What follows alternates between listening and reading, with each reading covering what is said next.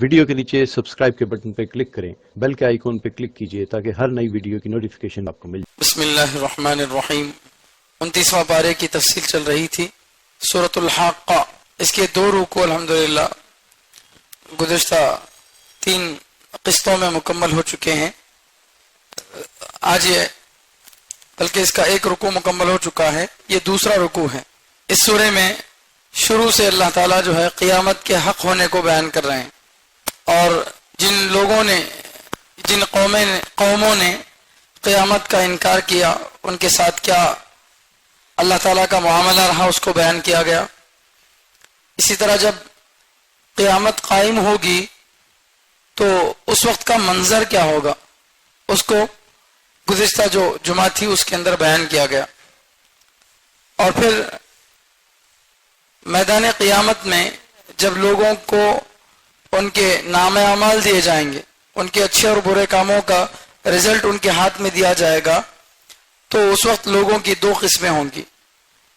ایک وہ لوگ جن کو نام اعمال سیدھے ہاتھ میں ملے گا، یہ جنتی ہوں گے، اور دوسرے وہ جن کو ان کا نام اعمال بائیں ہاتھ میں ملے گا، یہ جہنمی ہوں گے۔ تو یہی 2 قسمیں ہیں۔ تو معلوم یہ ہوا کہ آج تو دنیا میں سینکڑوں مذہب ہیں، اور ایک ایک مذہب میں کئی فرقے ہیں۔ مثلا اسلام ہے، عیسائیت ہے، یہودیت ہے، اور کفر و شرک کو ماننے والے ہیں۔ ایسے کئی مذاہب ہیں، اور پھر ہر مذہب کے ماننے والوں میں کئی فرقے ہیں، کوئی یہ فرقے کا ہے، کوئی وہ فرقے کا ہے۔ تو یہ جو فرقے ہیں یہ سب نہیں ہوں گے، بس یا تو حق یا تو باطل، صحیح ہوگا تو جنت میں، غلط ہوگا تو جہنم میں۔ 2 ہی قسمیں اللہ تعالیٰ کے نزدیک ہیں، اور یہ ہم نے جو قسمیں بنا لی ہیں یہ ہماری اپنی بنائی ہوئی قسمیں ہیں۔ پھر اس کے بعد اب جو رکوع پڑھا جا رہا ہے، اس رکوع میں اللہ تعالیٰ جو ہے قرآن کے برحق ہونے کو بیان کر رہے ہیں۔ یہ جو قرآن جس کو ہم پڑھ رہے ہیں اور سن رہے ہیں، اور جو اس کو اللہ تعالیٰ نے نبی علیہ السلام پر اتارا ہے، یہ قرآن سچی اور اللہ کی طرف سے اتاری ہوئی کتاب ہے، اس کو بیان کر رہے ہیں۔ اور قرآن کے بارے میں جو غلط باتیں منسوب ہو سکتی تھیں، جو لوگ اپنی طرف سے سوچ کر قرآن کے بارے میں بول سکتے تھے، ان تمام چور راستوں کو بھی اللہ نے بند کر دیا۔ ایک تو اس کے حق ہونے کو بتایا، اور قرآن کے بارے میں اس زمانے کے لوگ کیا سوچتے تھے، ان کی اس سوچ کی بھی تردید اللہ تعالیٰ کر دی۔ اور پھر اللہ تعالیٰ جو ہے بتا رہے کہ یہ قرآن جس طرح سے نصیحت کی کتاب ہے، اسی طرح یہ افسوس اور پچھتاوے کی بھی کتاب ہے۔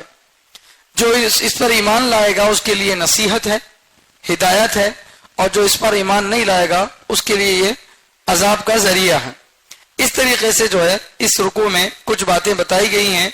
دیکھیے، اعوذ باللہ من الشیطان الرجیم، بسم اللہ الرحمن الرحیم، فلا اقسم بما تبصرون، چنانچہ نہیں یعنی قیامت کا انکار مت کرو، قیامت آئے گی۔ اقسم، میں قسم کھاتا ہوں، بما تبصرون، ان چیزوں کی جو تم دیکھتے ہو۔ نہیں، میں قسم کھاتا ہوں ان چیزوں کی جو تم دیکھتے ہو۔ وما، اور ان چیزوں کی، لا تبصرون، جن کو تم نہیں دیکھتے۔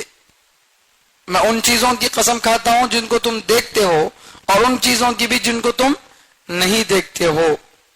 ان 2 چیزوں کی قسم کھانے کے بعد اللہ تعالیٰ فرما رہے انہ لقول رسول کریم، کہ یہ قرآن ایک معزز، عزت والے فرشتے کا لایا ہوا کلام ہے،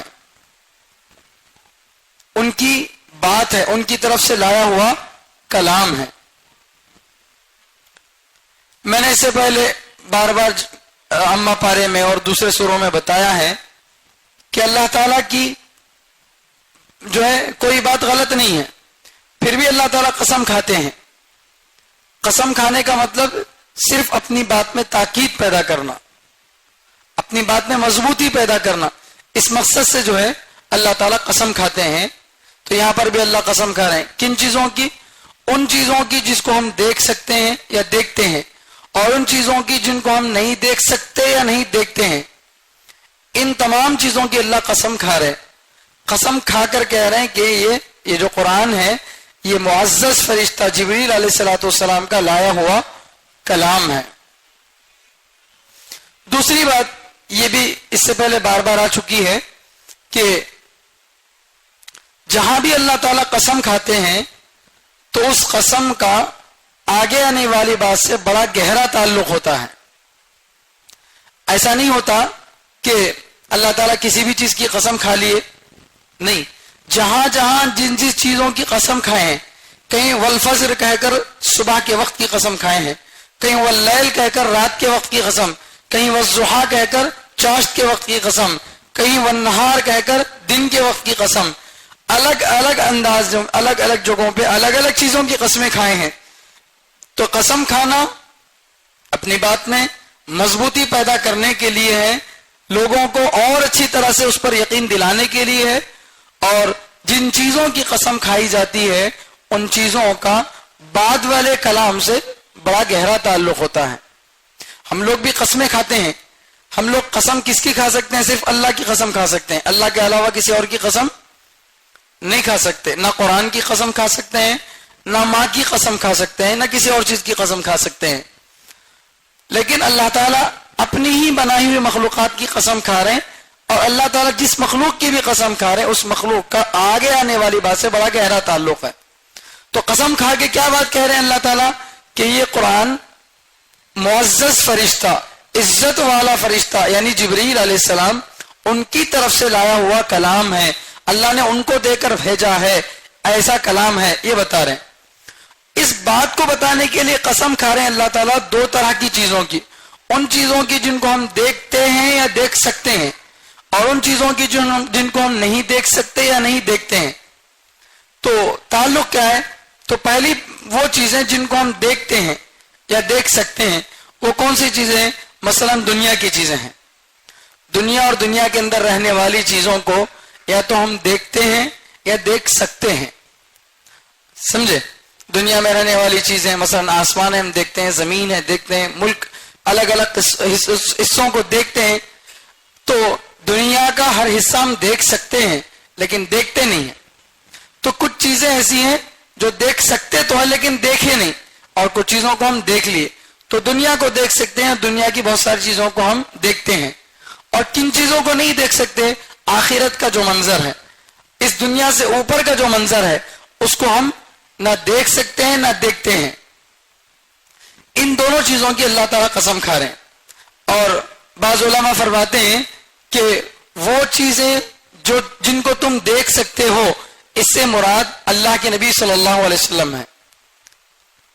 کیونکہ نبی علیہ السلام کو صحابہ دیکھتے تھے، دیکھ سکتے تھے. جن پر جو ہے ڈائریکٹ قرآن اترا اور جن کے واسطے سے امت کو قرآن ملا، صحابہ کرام نبی علیہ السلام کو کیا کرتے تھے؟ دیکھتے تھے. اور وہ جس کو تم نہیں دیکھ سکتے، اس سے مراد حضرت جبریل علیہ السلام ہے. حضرت جبریل علیہ السلام ہے. قرآن کا جو اتارنے کا جو نظام اللہ تعالیٰ کا ہے وہ آپ لوگوں کو معلوم ہوگا، آپ لوگوں نے سنا ہوگا کہ قرآن جو ہے اللہ تعالیٰ کے عرش الہی، اللہ کا جو عرش ہے، جب دنیا پوری طرح سے تباہ اور برباد کر دی جائے گی تو اللہ تعالیٰ کا عرش اٹھا کر زمین پر لایا جائے گا. اور اللہ تعالیٰ کا عرش ابھی بھی اپنی جگہ پر موجود ہے. تو جو اللہ کا عرش ہے، اس عرش میں ایک میموری پاور گویا اس کو کہہ سکتے ہیں، اس کو بولتے ہیں لوح محفوظ. اللہ تعالیٰ کے عرش کی ایک تختی، جس کو کیا بولتے ہیں؟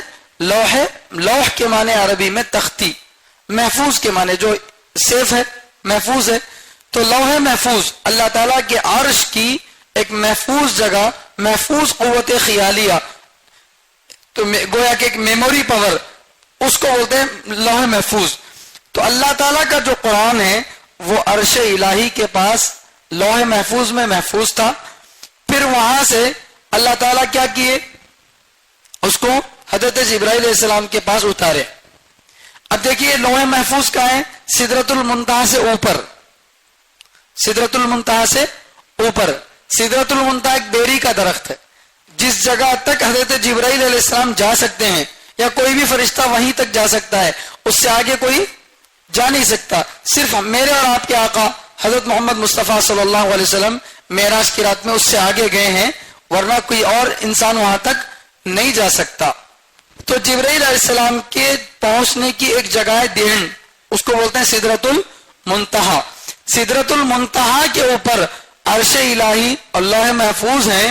اللہ تعالیٰ کا کلام لوح محفوظ میں تھا، وہاں تک چونکہ جبرائیل علیہ السلام نہیں جا سکتے، اس لیے اللہ تعالیٰ وہ کلام کہاں اتارے؟ حضرت جبرائیل علیہ السلام کے پاس 7ویں آسمان میں بیت المعمور کے پاس، بیت المعمور کے پاس کعبۃ اللہ کے بالکل اوپر چلے جائیں 7ویں آسمان میں تو وہاں پر بیت المعمور ہے. اس جگہ پر اللہ تعالیٰ جو ہے اپنا قرآن اتارے، کیونکہ اللہ تعالیٰ جبرائیل علیہ السلام کے واسطے سے ہی تمام انبیاء کرام کے پاس اپنی کتابیں بھیجے ہیں. بات سمجھ میں آ رہی؟ تو لوح محفوظ ہو، عرش ہو اور جبرائیل علیہ السلام ہو، یہ نظر آتی ہیں؟ نہ عرش نظر آتا ہے، نہ لوح محفوظ نظر آتی ہے، نہ جبرائیل علیہ السلام نظر آتے ہیں.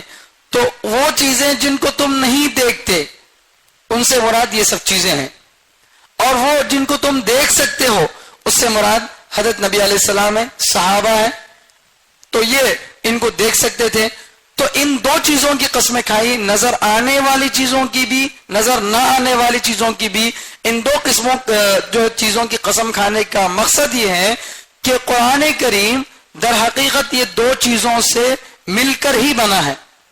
قرآن کریم کے زمین پر آنے میں ایسی بھی مخلوق کا دخل ہے جن کو ہم نہیں دیکھ سکتے، اور ایسی مخلوق کا بھی دخل ہے جس کو ہم دیکھ سکتے ہیں. ایسی مخلوق جس کو ہم نہیں دیکھ سکتے وہ جبرائیل علیہ السلام ہے.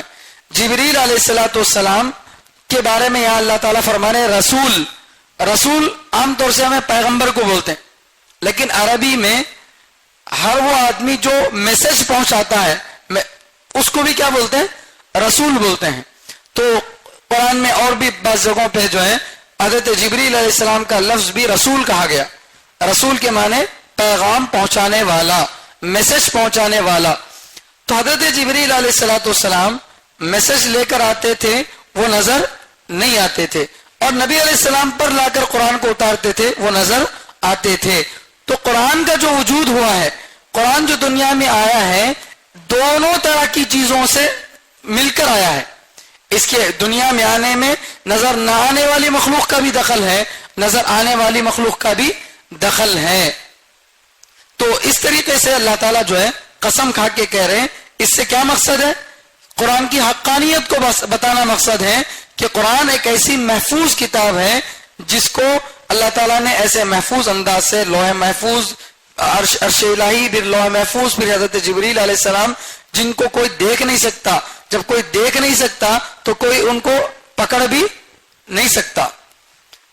بھئی کوئی آدمی اگر پیسے لے کر جا رہا ہے بینک سے تو نظر آتا ہے، اس کا سوٹ کیس نظر آتا ہے، تو دیکھ کر کوئی چور ڈاکو ڈاکہ ڈال سکتا ہے، لیکن نہ آدمی نظر آ سکتا ہو، نہ اس کا سوٹ کیس نظر آ سکتا ہو، تو چوری ہو سکتی ہے؟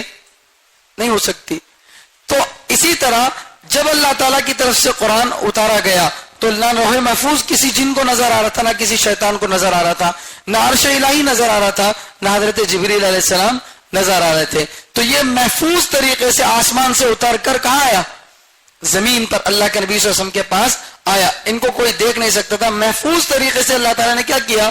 قرآن کو زمین تک بھیجا.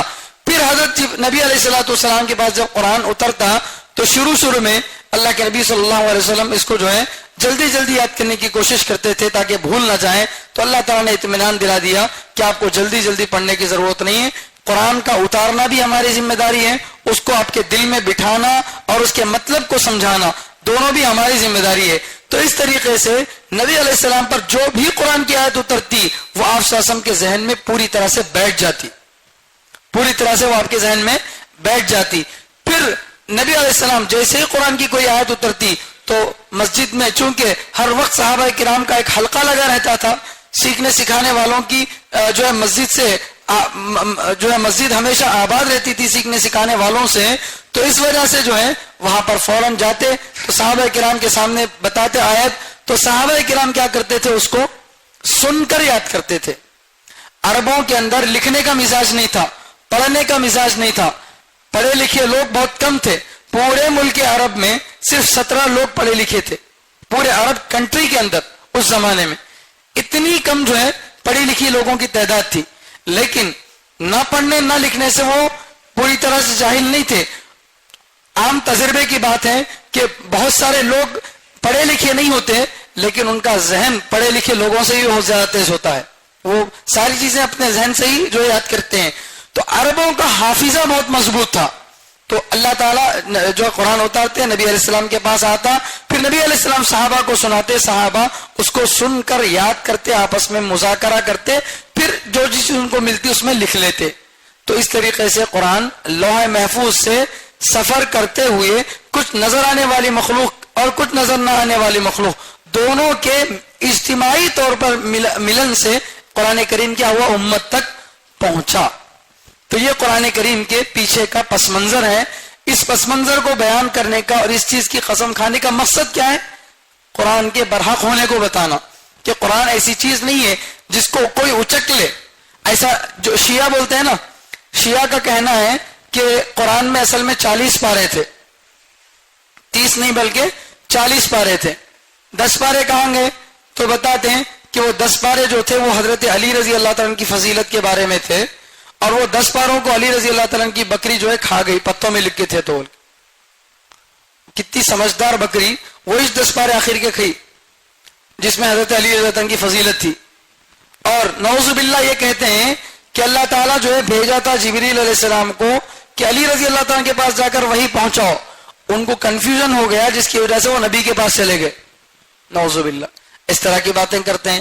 تو یہ سب بیہودہ باتوں کا مطلب کیا؟ قرآن غیر محفوظ ہے۔ ان باتوں کا مقصد کیا ہوا؟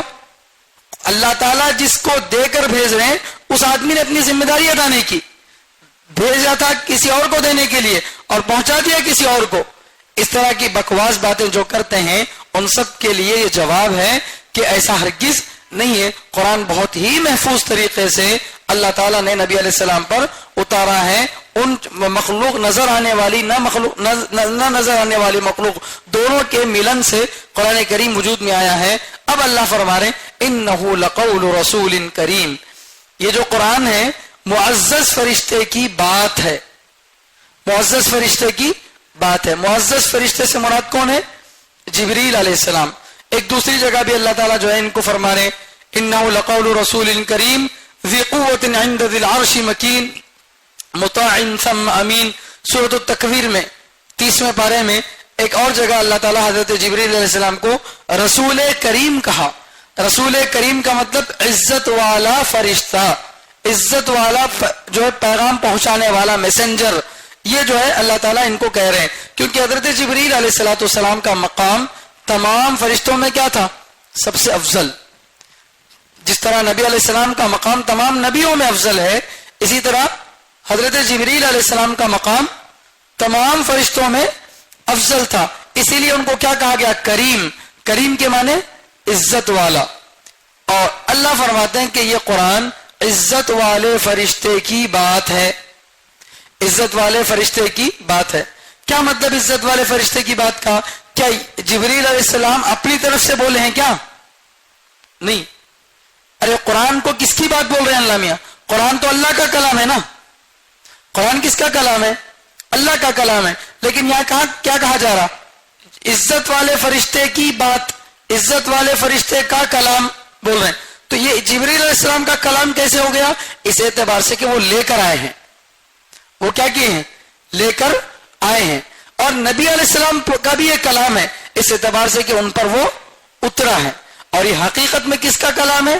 اللہ کا، کیونکہ وہ حقیقت میں اللہ ہی کا کلام ہے، اللہ کی ذات سے ہی نکلا ہوا کلام ہے۔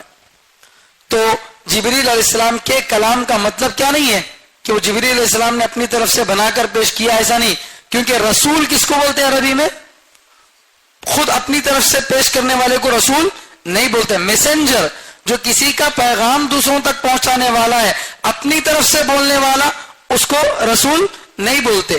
تو یہ حضرت جبریل علیہ السلام کا لایا ہوا کلام ہے. وما هو بقول شاعر قلیلا ما تؤمنون ولا بقول کاہن قلیلا ما تذکرون. آگے اللہ تعالیٰ قرآن کریم کے بارے میں 3 باتوں کی تردید کر رہے ہیں، 3 غلط خیالوں کو اللہ تعالیٰ دور کر رہے ہیں. پہلے کیا ہے وہ بول دیے. کیا ہے قرآن کریم؟ جبریل علیہ السلام کی طرف سے لایا ہوا کلام ہے. اب کیا نہیں ہے وہ بول رہے ہیں. اس زمانے کے جو مشرکین تھے وہ جب اللہ کے نبی صلی اللہ علیہ وسلم کی زبان مبارک سے قرآن کریم کی آیتوں کو سنتے تو اب قرآن کریم کی آیتیں ایسی اثر انداز ہوتی تھیں، ان میں ایسا اثر ہوتا تھا کہ سخت سے سخت دل آدمی بھی پگھل جاتا تھا. آپ لوگوں نے سنا ہے کہ ابو جہل سب کو منع کرتا تھا قرآن نہیں سننا، مارتا تھا لوگوں کو، اور خود رات میں چھپ چھپ کر جا کر نبی علیہ السلام کی تلاوت سنتا تھا. کیوں؟ اس کے اندر وہ کیفیت تھی، وہ اثر تھا کہ سن کر آدمی کا دل سنتے ہی رہنے کو کہتا تھا. حضرت ابوبکر صدیق رضی اللہ تعالیٰ عنہ اپنے گھر کے صحن میں قرآن پڑھتے تھے. شروع دور میں جب ابھی کھلم کھلا اسلام کی تبلیغ کی اجازت نہیں تھی، باہر جا کر تبلیغ نہیں کر سکتے تھے، اپنے گھر کے صحن میں بیٹھ کر قرآن کریم پڑھتے تھے. تو مشرکین کی بچے، عورتیں سب جمع ہو جاتے تھے ان کا قرآن سننے کے لیے، اور اس طریقے سے ان کا صرف قرآن سن کر 11 لوگ اسلام قبول کیے. انہوں نے کسی کو دعوت نہیں دی، کسی کو ایمان لانے کے بارے میں کہا نہیں، صرف قرآن پڑھتے ہوئے سن کر 11 لوگ اسلام قبول کر لیے حضرت صدیق اکبر رضی اللہ تعالیٰ عنہ کی زبان مبارک سے. تو اب ان کی زبان سے نکلے ہوئے قرآن کا یہ اثر ہے، نبی کی زبان سے نکلے ہوئے قرآن کا کیا اثر ہوگا سوچئے. حضرت عمر رضی اللہ تعالیٰ عنہ گئے تھے کیا کرنے کے لیے؟ قتل کرنے کے لیے. نبی علیہ السلام کو نعوذ باللہ قتل کرنے کے لیے گئے تھے.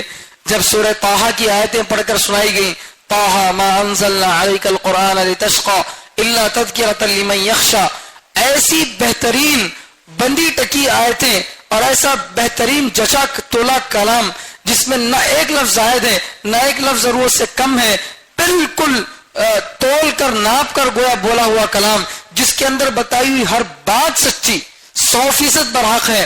جب سورہ طٰہٰ کی کچھ آیتیں سنیں تو وہ جو نبی علیہ السلام کو قتل کرنے کے لیے گئے تھے انہی کے ہاتھ میں اسلام قبول کر کے آئے.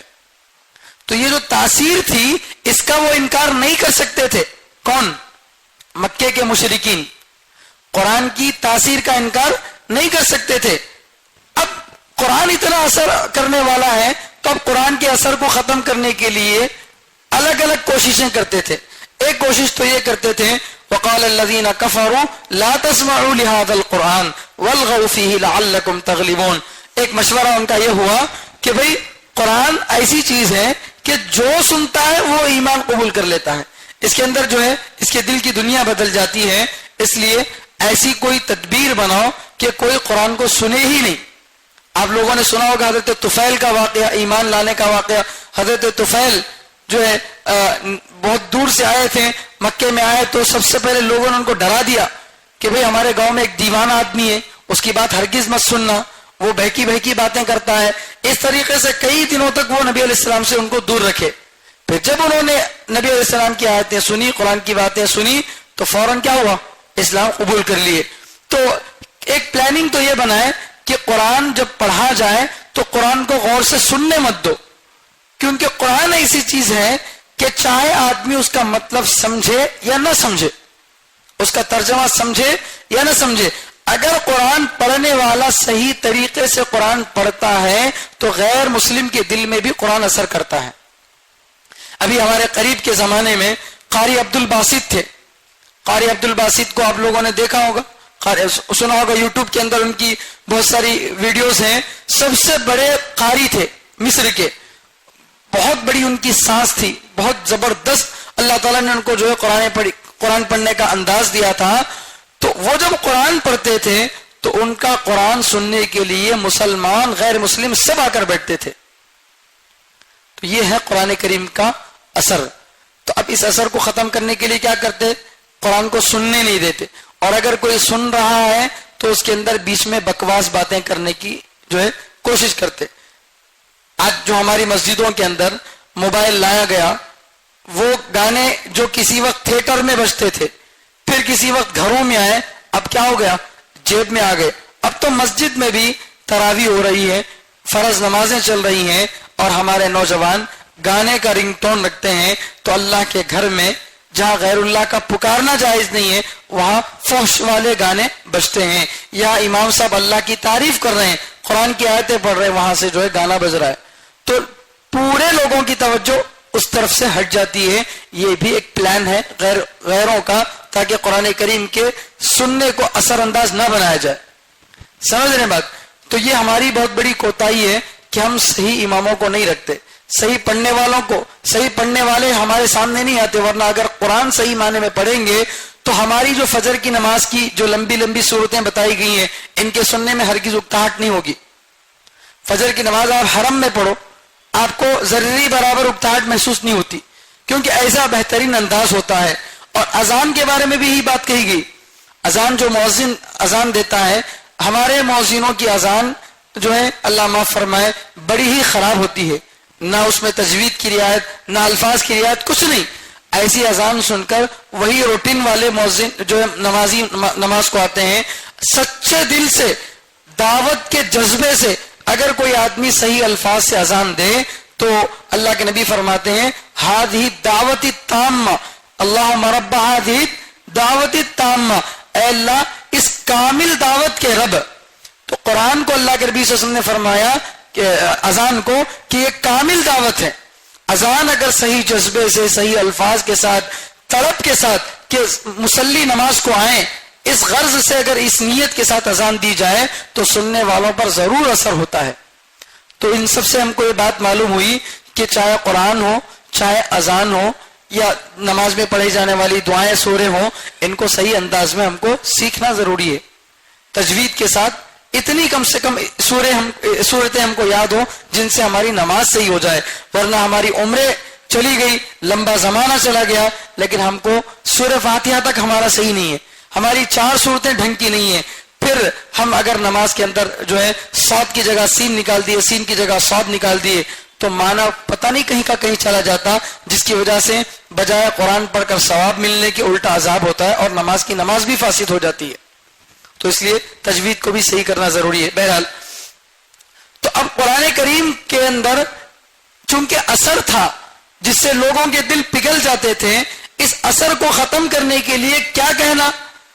اثر کو تو ختم نہیں کر سکتے تھے، اثر کو اس قرآن سے دور رکھنے کے لیے کہتے کہ یہ جو نبی ہیں یہ کوئی پیغمبر نہیں ہے، یہ جو محمد ہیں یہ پیغمبر نہیں ہے بلکہ یہ شاعر ہیں. کیا کہتے تھے؟ شاعر. نبی علیہ السلام کو شاعر کہتے تھے، شعر شاعری پڑھنے والا، ایسا کہتے تھے.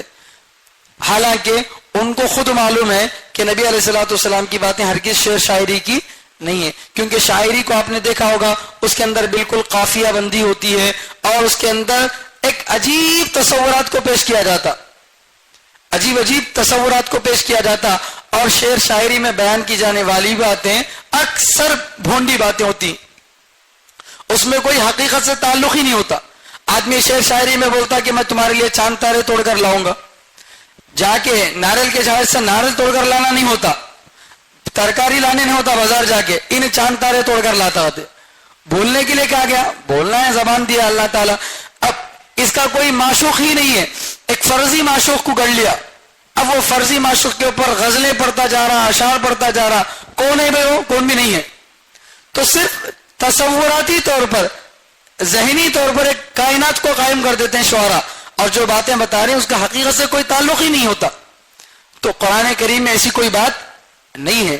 قرآن کریم شعر شاعری کے انداز میں نہیں ہے، اور اس کے اندر جو باتیں بتائی گئی ہیں بالکل برحق باتیں ہیں. لیکن پھر بھی انہوں نے کیا کہا؟ نبی علیہ الصلوۃ والسلام کو شاعر کہا. تو اللہ تعالیٰ فرما رہے وما هو بقول شاعر، یہ یعنی قرآن شاعر کی بات نہیں ہے، یعنی نبی علیہ السلام کوئی شاعر نہیں ہے. قلیلا ما تؤمنون، بہت کم تم ایمان لاتے ہو، بہت کم تم ایمان لاتے ہو. بہت کم کا مطلب یعنی ایمان ہی نہیں لاتے. بہت کم کا لفظ کبھی ایسی جگہ بھی استعمال ہوتا جہاں آدمی کرتاش نہیں, بالکل نہیں کرنے کے لیے بھی کیا استعمال کرتے ہیں, بہت کم کا لفظ استعمال کرتے ہیں عرب کے لوگ. تو بہت کم تم ایمان لاتے ہو مطلب بالکل تم ایمان نہیں لاتے ہو. یعنی اللہ تعالیٰ کہہ رہے ہیں کہ یہ شاعر کی بات نہیں ہے, تو تم کو کیا کرنا چاہیے تھا, اللہ کی اس بات پر ایمان لانا چاہیے تھا. اگر یہ نبی کی بات شاعری والی بات ہے تو تم بھی تو عرب کے لوگ ہو, تم کو شاعری پڑھنا آتا نہیں آتا, تو چلو قرآن جیسی شاعری پیش کر کے دکھاؤ, قرآن کی جیسی شاعری پیش کر کے دکھاؤ. ہے کسی میں دم نہیں ہے. اس زمانے میں آج جیسے ہمارے ایگزیبیشن لگتے ہیں, ایگزیبیشن جیسے لگتے ہیں جس میں کرتب دکھاتے ہیں لوگ اور بہت ساری چیزیں نئی نئی دکھاتے ہیں, اسی طرح اس زمانے میں جو میلے لگتے تھے ان میلوں میں شعراء اپنے کلام پیش کرتے تھے.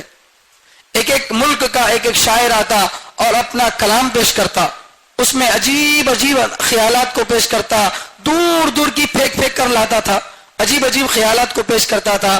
اب اس پورے میلے میں جس کے اشعار سب سے زیادہ ہوتے تھے ان اشعار کو کعبۃ اللہ پر لٹکایا جاتا تھا, کعبۃ اللہ کے اوپر لٹکایا جاتا تھا.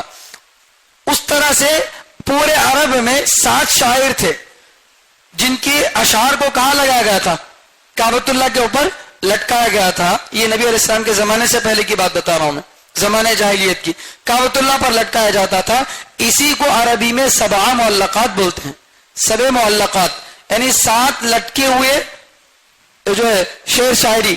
تو یہ گویا چیلنج ہوتا تھا کہ اس زمانے اس سال کا جو میلہ ہوا ہے اس میلے میں فلاں شاعر نے سب سے اچھے اشعار بنائے ہیں, اب چیلنج کے طور پر اس کو لگایا جاتا. اگر کوئی شاعر اس سے بھی اچھا کلام پیش کرے تو اس کے اشعار کو نکال کر یہ اشعار لگائے جائیں گے. اس طریقے کا جو ہے پیش کیا جاتا تھا. ان میں سب سے ماہر درجے کا جو شاعر تھا وہ امرؤ القیس. امرؤ القیس ایک شاعر تھا جو بہت کم عمر میں مر گیا, آپ لوگوں نے کالج وغیرہ کے اندر پڑھا ہوگا اس کے بارے میں. تو امرؤ القیس ایک ایسا شاعر تھا جو شاعروں کی دنیا کا بادشاہ تھا. ایسی عجیب اس کی شعر شاعری تھی, اس کی شاعری کو عام لوگ علماء بھی نہیں سمجھ سکتے جلدی, ایسی ڈینجر شاعری اس کی. تو علماء کو عالم کو اس مکمل ہو جانے کے بعد الگ سے 1 سال 2 سال روک کر اس کو پڑھایا جاتا. ایک عالم پورا عالم بن جانے کے بعد وہ اشعار کو سمجھنے کی تھوڑی اس کے اندر قابلیت آتی. ویسے اونچے اشعار ہیں امرؤ القیس کے, تو ویسے اشعار جب اس میں لٹکائے گئے تھے کعبۃ اللہ پر. امرؤ القیس تو مر چکا تھا, اس کی بہن زندہ تھی.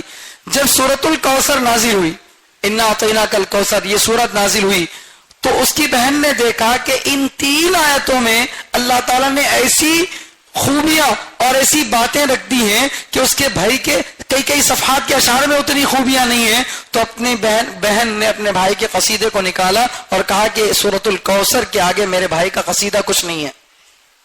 تو اس زمانے کے جو بڑے سے بڑے شاعر ہو سکتے تھے قرآن کریم نے ان کو بھی چیلنج کیا.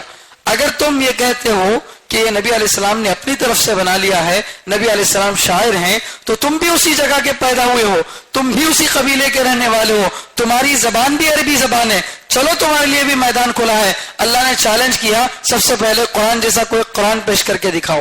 نہیں پیش کر سکتے 10 سورے پیش کر کے دکھاؤ. نہیں پیش کر سکتے 1 سورہ پیش کر کے دکھاؤ. کوئی پیش نہ کر سکا نہ قیامت تک کر سکے گا. تو یہ کھلا چیلنج اللہ تعالیٰ کا اس وقت سے اور آج تک ہے. تو اللہ فرماتے ہیں یہ شاعر کا کلام نہیں ہے. اللہ کے کہنے کے باوجود بھی بہت کم تم ایمان لاتے ہو. یعنی مکے کے جو مشرکین تھے وہ اس پر ایمان نہیں لاتے تھے. ولا بقول کاہن, اور قرآن کے بارے میں دوسرے نظریے کی اللہ تعالیٰ تردید کر رہے ہیں کہ قرآن نہ شاعر کا کلام ہے نہ کاہن کا کلام ہے. کاہن کس کو بولتے ہیں؟ کاہن اس کو بولتے ہیں جو جنات سے, بھوت پریت سے غیب کی باتیں سن کر 99 جھوٹ اور 1 سچ کو لگا کر بولتا ہے. 99 جھوٹی باتیں ہوتی ہیں, 1 سچی بات ہوتی ہے. ایسی باتوں کو ملا کر کچھ جو ہے منتر کے انداز میں اس کو پیش کرتے تھے. اس کو کیا بولتے ہیں؟ کاہن بولتے تھے. جیسے ہمارے یہاں طوطا لے کر آتے نا, چیلا کا ریکا, تو طوطا لے کر آتے ہیں. اب وہ طوطا لے کر آنے والا بیچارہ کیا کرتا, 20 روپے 25 روپے لے کر آپ کی نصیب بتاتا. آپ کبھی 25 روپے اس کچھ دے کے اس کچھ بولو تو تیری نصیب دیکھ لے, تو سب کی نصیب بتانے والا ہے، تو تیری نصیب دیکھ لے تیرے نصیب میں کیا ہے بول کے. تو اگر تیری نصیب میں یہ زندگی میں لکھا ہوا ہے تو ٹھیک ہے، ورنہ تیری نصیب میں اگر کچھ اور اچھا لکھا ہو تو وہ کر لے، کہیں کو یہ کر رہا. تو جسے خود اپنی نصیب کا پتہ نہیں ہے، اور بہت سارے لوگوں کے جو ہے مسلمانوں کے ایسے کچھ ذہن ہیں، ذرا بھی کیا تو ہوا تو صاحب کے پاس بھاگتے، فال کھلاتے. اب وہ صاحب 100 روپے لے کے فال کھول کے بول رہے ہیں. اب پھر وہ صاحب کو اگر بیماری ہے تو ٹیسٹ کرانے کے لیے کس کے پاس جاتے ہیں؟ ڈاکٹر کے نہیں جاتے. ڈاکٹر صاحب کئی کو کی تکلیف ہو رہی میرے کو، کیا واسطے ہے بول کو؟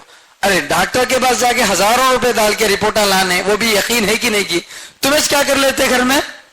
فال کھول لینا، میری بیماری کیا ہے، مجھے شوگر ہے نہیں ہے، مجھے یہ بیماری نہیں ہے، ہو جاتا. تو جو دوسروں کی جو ہے زندگی کا فیوچر بتانے والا ہے اسے اپنے بارے میں نہیں معلوم. تو ایسی فالتو کی باتیں بتانے والے لوگ ہیں اور اس پر یقین کرنے والے بھی ایسے ہی ہیں. تو بہرحال تو اس طرح کی جو باتیں ہیں وہ جو منتر کے انداز میں پیش کرتے ہیں، اس میں ایک سچی بات اور 199 جھوٹی باتیں ملا کر جو کہی جاتی ہیں اس کو کیا بولتے ہیں؟ کاہن. تو اس زمانے میں بھی اس کا بہت زیادہ رواج تھا. اب اللہ کے نبی کے بارے میں فرما رہے ہیں وما ہوا بقول کاہن، یہ کاہن کی بات نہیں ہے، بھوت پریت سے سن کر غیب کی باتوں کو بتانے والے آدمی کی بات نہیں ہے. قلیلا ما تذکرون، بہت کم تم نصیحت حاصل کرتے ہو، بہت کم تم سمجھتے ہو. یعنی اللہ کے کہنے کے باوجود، کیونکہ وہ بھوت پریت سے سن کر جو باتیں بتائی جاتی تھی 99 باتیں اس کی غلط ہوتی تھی، کوئی ایک آدھ بات صحیح ہوتی تھی. اور ایسا ہوتا ہے، کوئی بھی آدمی آپ کسی کے پاس جائیں گے اور کسی عامل کے پاس جا کر آپ بولیں گے کہ میرے کو ذرا تکلیف ہے، یہ ہے، وہ تو کچھ کامن چیزیں ہوتی ہیں. کوئی بھی آدمی پریشان ہو کے کسی عامل کے پاس گیا، سب عاملوں کی بات نہیں کر رہا ہوں، کچھ اچھے بھی ہوتے ہیں لیکن اکثر اس میں غلط ہوتے ہیں. یہ لائن کے اندر اکثر غلط ہوتے ہیں، اس میں اچھے اور برے کی تمیز کرنا بہت مشکل ہے. تو اب اس کے پاس گیا تو اب ظاہر بات ہے کوئی بھی آدمی گیا تو پریشانی لے کر ہی جاتا، اور ہر آدمی کو خاندان میں کوئی نہ کوئی دشمن رہتا. تو اب ان کیا کرتا؟ کریں تمہارے کو کون کی، تمہارے خاندان والے کریں. اب انہیں اپنے طرف سے طے کر لیتا، ہاں وہ بیٹا کرا تھا بول کو. تو ایسی کچھ موٹی موٹی باتیں جس میں سے شاید ایک آدھ بات صحیح ہو، باقی بری باتیں ویسے ہی پھینکی رہتی. تو اس طرح کی باتوں کو بولتے ہیں کہانت. تو اللہ کے نبی کے بارے میں فرما رہے ہیں نبی کاہن نہیں ہے، اور یہ قرآن کاہن کا کلام نہیں ہے، کیونکہ وہاں 99 جھوٹ ایک سچ ہے اور یہاں 100% سچ ہے. قرآن کریم کی جتنی باتیں ہیں، جتنی پیشن گوئیاں ہیں، جتنے پرانے واقعات اللہ تعالیٰ نے قرآن میں بیان کیے ہیں، کسی کے اندر یہ دم نہیں ہے کہ قرآن کے کوئی ایک واقعے کو جھوٹا بتا سکے، قرآن کریم کی کسی ایک بات کو غلط کر کے بتا سکے.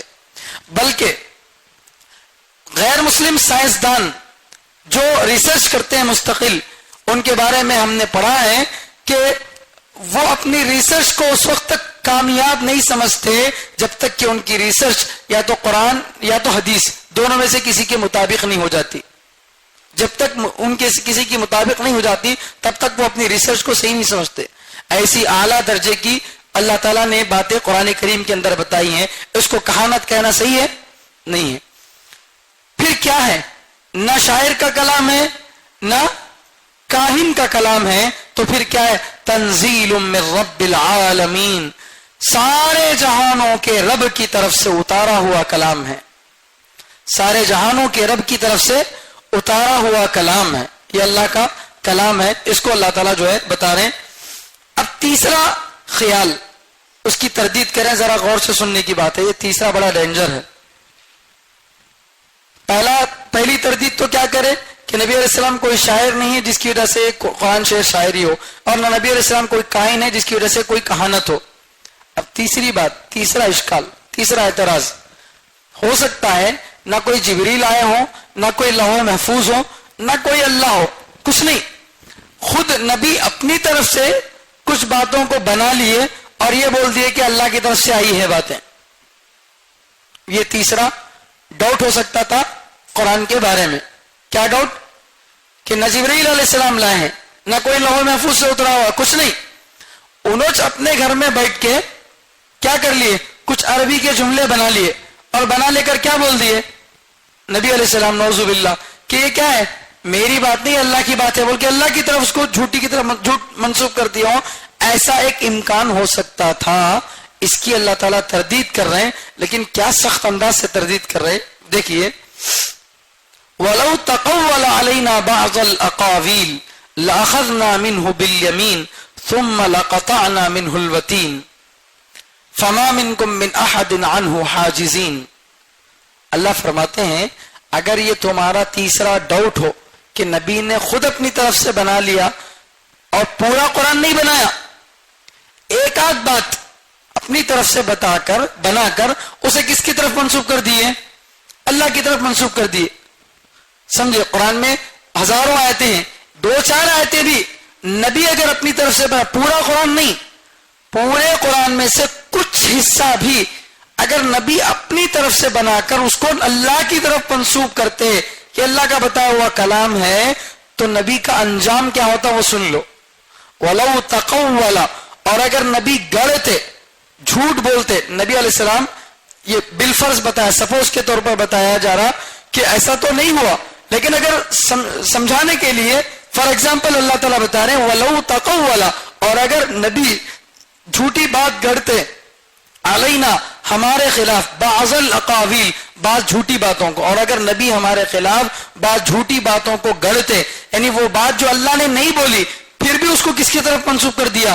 اللہ کی طرف منسوب کر دیا، تو لَأَخَذْنَا مِنْهُ بِالْيَمِينِ، تو ہم نبی کا دایاں ہاتھ پکڑ لیتے، نبی کا سیدھا ہاتھ پکڑ لیتے، ثُمَّ لَقَطَعْنَا مِنْهُ الْوَتِينَ، پھر نبی کی رگے جان کو کاٹ دیتے، وہ رگ جو دل سے نکل کر پورے بدن میں جس سے روح کا تعلق باقی رہتا ہے، اور جس رگ کے کٹنے سے پورے بدن کے اندر روح ختم ہو جاتی ہے، آدمی مر جاتا ہے، اللہ فرماتے ہم نبی کا سیدھا ہاتھ پکڑ لیتے اور پھر نبی کی اس رگ کو کاٹ دیتے جس سے انسان کی روح چلتی ہے، یعنی صاف انداز میں نبی کو قتل کر دیتے۔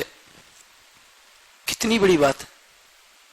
اگر نبی پورا قرآن نہیں، قرآن کا کچھ حصہ بھی جھوٹے طور پر ہماری طرف منسوب کر کے یہ کہتے کہ یہ اللہ نے اتارا ہے، حالانکہ اس کو اللہ نے نہیں اتارا، تو کیا ہوتا؟ لَأَخَذْنَا مِنْهُ بِالْيَمِينِ، ہم نبی کا ہاتھ پکڑتے، ہم پکڑتے، فرشتوں کے ذریعے نہیں، ہم خود پکڑتے نبی کا سیدھا ہاتھ، پکڑ کے ان کے ہاتھ کی رگ کاٹ دیتے، یعنی نعوذ باللہ نبی علیہ السلام کو کیا کرتے؟ قتل کر دیتے۔ اور نبی کو قتل ہوا دیکھتے ہوئے وَمَا مِنْكُمْ فَمَا مِنْكُمْ مِنْ أَحَدٍ عَنْهُ حَاجِزِينَ، تم میں سے کوئی ان کو روکنے والا نہ ہوتا، اللہ کو روکنے والا نہ ہوتا۔ نہ صدیق اکبر بچا سکتے، نہ فاروق، حضرت فاروق عمر فاروق بچا سکتے، نہ کوئی اور صحابی بچا سکتے۔ تو یہ کتنی بڑی بات ہے۔ تو یہ اس کا دوسرا پہلو سوچئے کہ اللہ تعالیٰ یہ فرمانا چاہتے ہیں کہ اگر یہ قرآن نبی علیہ السلام اپنی طرف سے بنا کر پیش کرتے تو ہم ان کو اتنی آزادی کے ساتھ کام کرنے کا اختیار نہیں دیتے اور ان کو اتنی عزت نہیں دیتے، بلکہ ان کا کام پھیلنے سے پہلے ان کو کیا کر دیتے؟ دنیا میں قتل کر دیتے۔ کیونکہ کوئی آدمی، عام آدمی، اس کے بارے میں کوئی آدمی جھوٹی بات پھیلائے تو وہ آدمی سن کر خاموش رہتا نہیں رہتا۔ تو اللہ تعالیٰ کی طرف کوئی اگر جھوٹ بول کر منسوب کرے، اللہ کی طرف بولے تو اللہ تعالیٰ اس کو خاموش بیٹھ کر سنیں گے؟ نہیں، اللہ تعالیٰ وہ بولنے والے کو ہی کیا کر دیں گے؟ مار دیں گے۔ اب یہاں مثال میں اللہ تعالیٰ نے کس کو پیش کیا؟ اپنے حبیب کو پیش کیا۔ اگر نعوذ باللہ ہم اگر قرآن کے بارے میں کوئی بات اپنے دماغ سے کہتے ہیں، اپنی طرف سے کہتے ہیں، جس کا ثبوت نہ قرآن کی آیتوں سے ہے، نہ احادیث سے ہے، نہ علماء حقہ سے اس کا ثبوت ہے، پھر بھی اگر ہم اس طریقے کی بات قرآن کے بارے میں بولتے ہیں تو اب ہمارا انجام کیا؟ سوچ لیجئے۔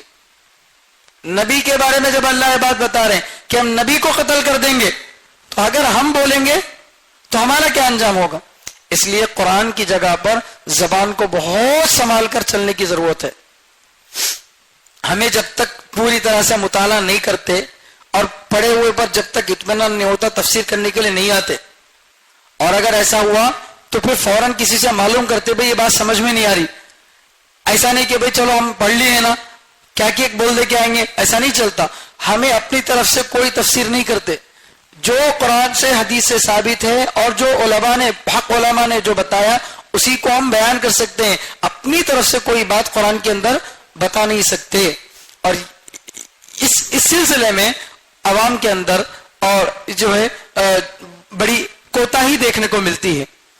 بعض جو ہے بیانوں کے اندر دھڑل سے آیتیں پڑھ دیتے ہیں, آیت ہی غلط رہتی اور آیت اگر صحیح ہے تو پھر آیت کا ترجمہ غلط کر رہے ہیں یا پھر مطلب غلط بتا رہے ہیں. آپ کو اس کی اتھارٹی نہیں ہے, آپ کو اس کی اجازت نہیں ہے. یاد رکھیے, اگر عام آدمی جس کو قرآن اور حدیث کے اصول نہیں معلوم, قرآن حدیث کی نزاکت نہیں معلوم, اگر وہ اپنی طرف سے کسی آیت کا مطلب بتاتا ہے, چاہے صحیح بتائے تب بھی گنہگار ہوگا, صحیح بتائے تب بھی گنہگار ہوگا. کیوں؟ اس لیے کہ ایک دنیا کا جو قانون ہے, اس کانسٹیٹیوشن آف انڈیا, جو دنیا کا ہمارا ملک کا جو قانون ہے, اس قانون کو کیا ہر کوئی سمجھا سکتا؟ ماہر قانون وکیل ہی کیا کر سکتا, اس کو سمجھا سکتا. انسانوں کے ذریعے بنایا ہوا انسانوں کا قانون جب اس کو انسان نہیں سمجھا سکتا, یہ اللہ کا قانون ہے, اللہ کا بنایا ہوا قانون ہے, اس کو ہم اپنی طرف سے کیسے سمجھا سکتے ہیں؟ تو لہٰذا قرآن کے معاملے میں بہت ڈرنے کی ضرورت ہے. اسی طرح قرآن کے ساتھ ساتھ حدیث کا مسئلہ بھی ہے. چنانچہ بخاری شریف کی روایت ہے, اللہ کے نبی صلی اللہ علیہ وسلم فرماتے ہیں, من کذب علی متعمدا فلیتبوأ مقعدہ من النار, جو میرے خلاف جھوٹ بولے, میں نے وہ حدیث بولی نہیں تھی, بتائی نہیں تھی, پھر بھی میری طرف وہ بات منسوخ کر دے کہ نبی علیہ السلام نے فرمایا, ایسا اگر بول دے تو چاہے وہ کتنا نمازی ہو, چاہے کتنا وہ دیندار ہو, چاہے کتنے بڑے نیک اعمال کرنے والا ہو, اللہ کے نبی فرماتے ہیں اس کا ٹھکانہ جہنم کے علاوہ کچھ نہیں ہے. وہ جہنم میں جائے گا نہیں بول رہے, اس کا ٹھکانہ جہنم ہوگا, دونوں میں فرق ہے. فلیدخل, وہ جہنم میں داخل ہوگا, وہ جہنم میں جائے گا نہیں, اس کا ٹھکانہ کیا ہوگا؟ جہنم ہوگا. اس کی کوئی عبادت اس وقت کام نہیں آئے گی اس کو. اس لیے احادیث کے اندر بھی بڑی جو ہے سوچ سمجھ کر ہم کو زبان استعمال کرنا ہے. ہم اگر تعلیم کر رہے ہیں تو تعلیم کرتے وقت میں ہم کو جو بڑے لوگوں کی طرف سے جو ہدایت آئی ہے, ہم کیا کریں گے؟ حدیث کا ترجمہ جو ہے وہ پڑھیں گے اور اس کے نیچے جتنا مطلب لکھا گیا اتنا پڑھیں گے. اگر بالکل واضح بات ہے یا کسی معتبر عالم سے آپ سنے ہیں تو پھر اس کا جو ہے کوئی مطلب پوچھے تو بتا سکتے ہیں, ورنہ آپ اپنی طرف سے اس کو سمجھانے کی کوشش کریں گے, چاہے صحیح سمجھا ہو تب بھی آپ کو اس حدیث کو سمجھانے کا گناہ ہوگا, حدیث کو سمجھا کر گناہ ہوگا. تو اس لیے قرآن حدیث کے معاملے میں بہت احتیاط کے ساتھ زبان کو کھولنے کی ضرورت ہے.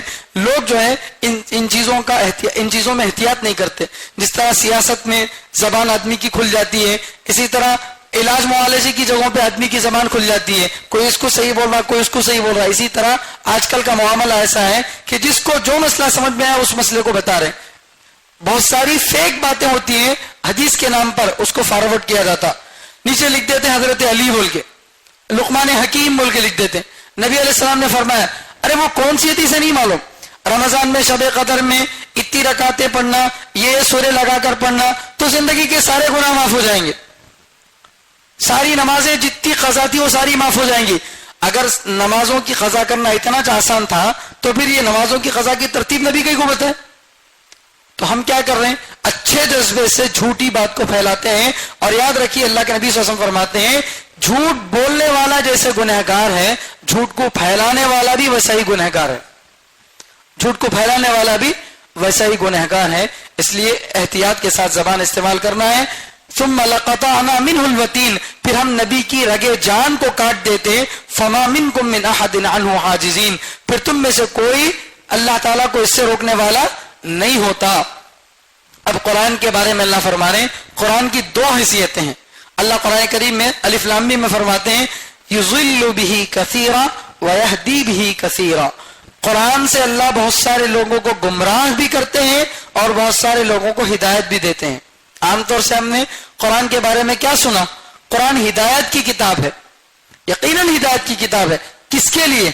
جو اس پر عمل کرنا چاہے, جو ایمان لائے, جو اللہ سے ڈرے اس کے لیے ہدایت کی کتاب ہے، ورنہ خود قرآن میں اللہ فرماتے ہیں کہ قرآن سے ہم گمراہ بھی کرتے ہیں بہت سارے لوگوں کو، اور قرآن سے ہم بہت سارے لوگوں کو ہدایت بھی دیتے ہیں۔ تو معلوم یہ ہوا کہ اگر کوئی بھی غلط آدمی کیا کر دے، قرآن کی آیت پیش کر دے، تو ان کی قرآن کی آیت پیش کرنے سے وہ بات صحیح ہونا ضروری نہیں ہے، ہو سکتا ہے کہ اس کا مطلب کچھ اور ہو، اور وہ اپنے مقصد سے، غلط مقصد سے اس کو استعمال کر رہا ہو۔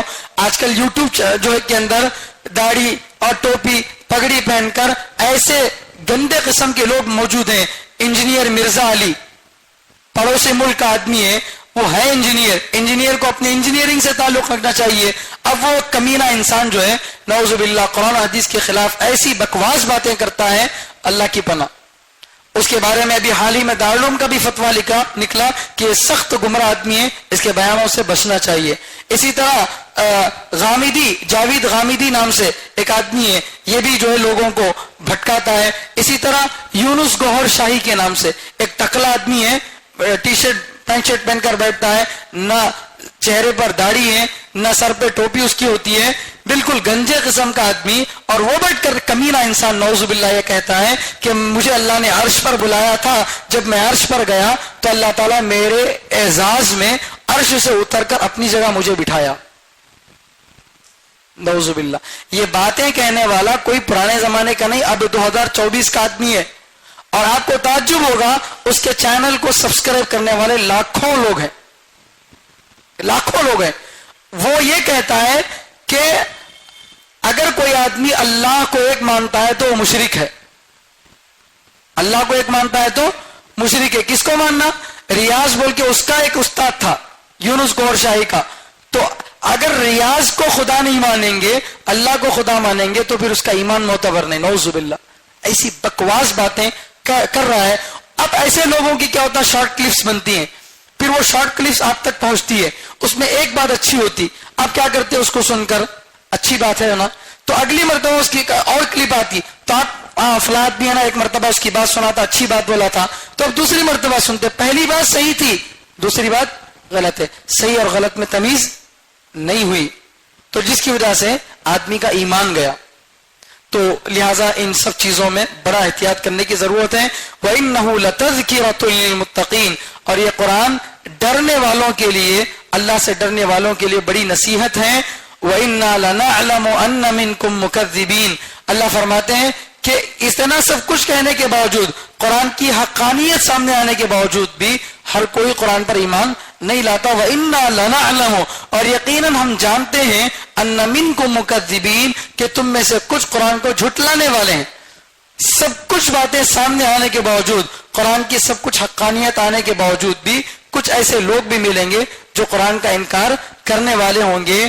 تو جو قرآن کا انکار کرے گا اس کے لیے کیا، ماننے والوں کے لیے تو نصیحت ہے، اور جو انکار کرے گا فرمانے وَإِنَّهُ لَحَسْرَةٌ عَلَى الْكَافِرِينَ، یہ قرآن انکار کرنے والوں پر افسوس کا، پچھتاوے کا ذریعہ ہے، اور اسے افسوس ہوگا جب وہ مر کر اللہ کے سامنے پیش ہوگا کہ کاش میں اللہ کی کتاب پر ایمان لاتا، کاش کہ میں جو ہے قرآن کو مان لیتا۔ اس طرح سے اس کے لیے افسوس کا ذریعہ بنے گا۔ وَإِنَّهُ لَحَقُّ الْيَقِينَ، اور یہ قرآن یقین کے قابل کتاب ہے، یہ قرآن یقین کے قابل کتاب ہے۔ یقین پر اتنا یقین نہیں ہوتا جتنا قرآن پر یقین ہونا چاہیے۔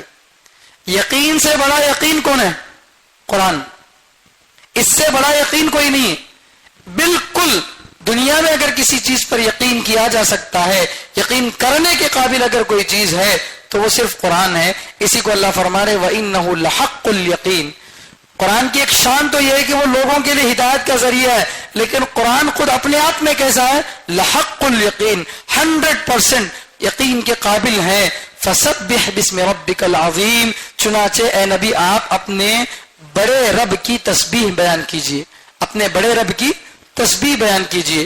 یا اللہ تعالیٰ فرماتے ہیں کہ اے نبی علیہ السلام، آپ کو جب جب بھی مشرکین مکہ کی طرف سے تکلیف پہنچے تو آپ پریشان مت ہوئیے، اللہ کا ذکر کیجئے، اللہ کے ذکر سے آپ کو انشاءاللہ یہ تکلیف دور ہو جائے گی۔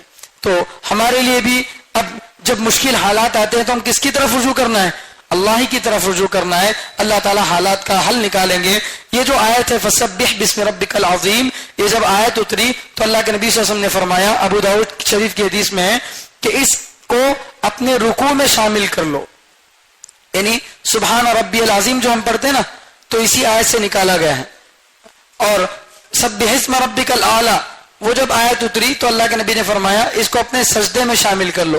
چنانچہ سجدے میں ہم کیا پڑھتے ہیں؟ سبحان ربی الاعلی. تو یہاں تک یہ سورہ مکمل ہوا ہے.